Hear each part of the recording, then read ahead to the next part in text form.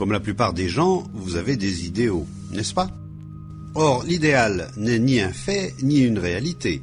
C'est ce qui devrait être. Une chose située dans le futur. Écoutez-moi bien. Oubliez l'idéal et prenez conscience de ce que vous êtes. Ne courez pas après ce qui devrait être, mais comprenez ce qui est. La compréhension de ce que vous êtes vraiment est beaucoup plus importante que la quête de ce que vous devriez être. Pourquoi? Parce que, en comprenant ce que vous êtes, s'amorce en vous un processus spontané de transformation. Alors qu'en devenant ce que vous croyez devoir être, il n'y a pas trace de changement. C'est simplement la même chose qui continue sous une autre forme.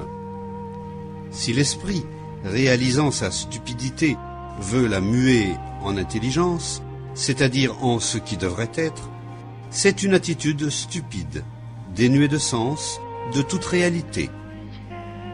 Ce n'est qu'une démarche de projection de l'ego, et l'on remet à plus tard la compréhension de ce qui est.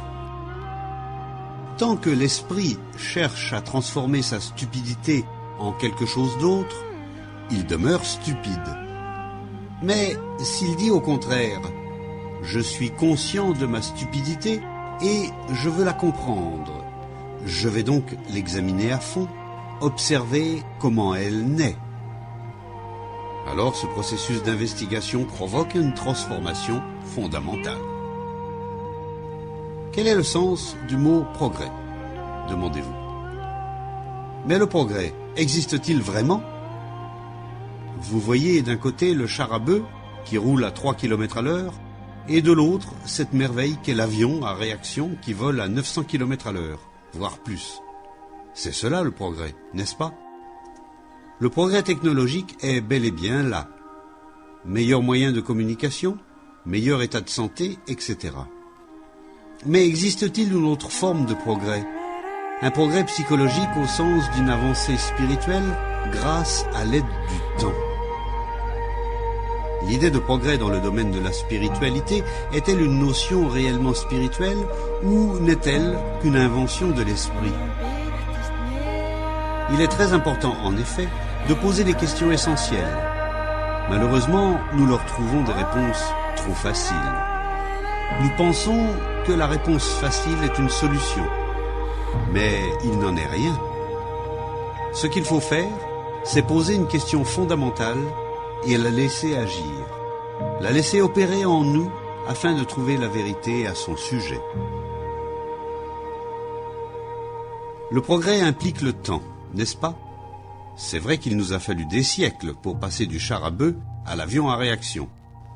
Nous croyons pouvoir atteindre la réalité, trouver Dieu de la même façon, grâce au temps. Nous sommes ici et nous pensons à Dieu comme étant là-bas, quelque part au loin, et pour couvrir cette distance, pour franchir l'espace intermédiaire, nous disons qu'il nous faut du temps. Mais Dieu, ou la réalité, n'est pas quelque chose de fixe, et nous non plus d'ailleurs. Il n'y a aucun point fixe d'où partir, et aucun point fixe vers où aller.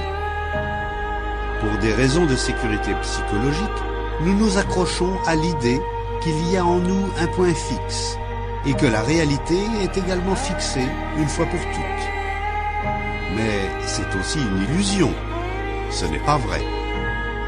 Dès lors que nous avons besoin de temps pour évoluer ou progresser intérieurement, spirituellement, ce que nous faisons cesse d'être spirituel, car la vérité n'est pas de l'ordre du temps. Un esprit qui est prisonnier du temps exige d'avoir du temps pour atteindre la réalité. Mais la réalité est au-delà du temps, elle n'a pas de point fixe. L'esprit doit être libéré de tout ce qu'il a accumulé, consciemment et inconsciemment. Ce n'est qu'alors qu'il est capable de découvrir ce qu'est la vérité, ce qu'est Dieu.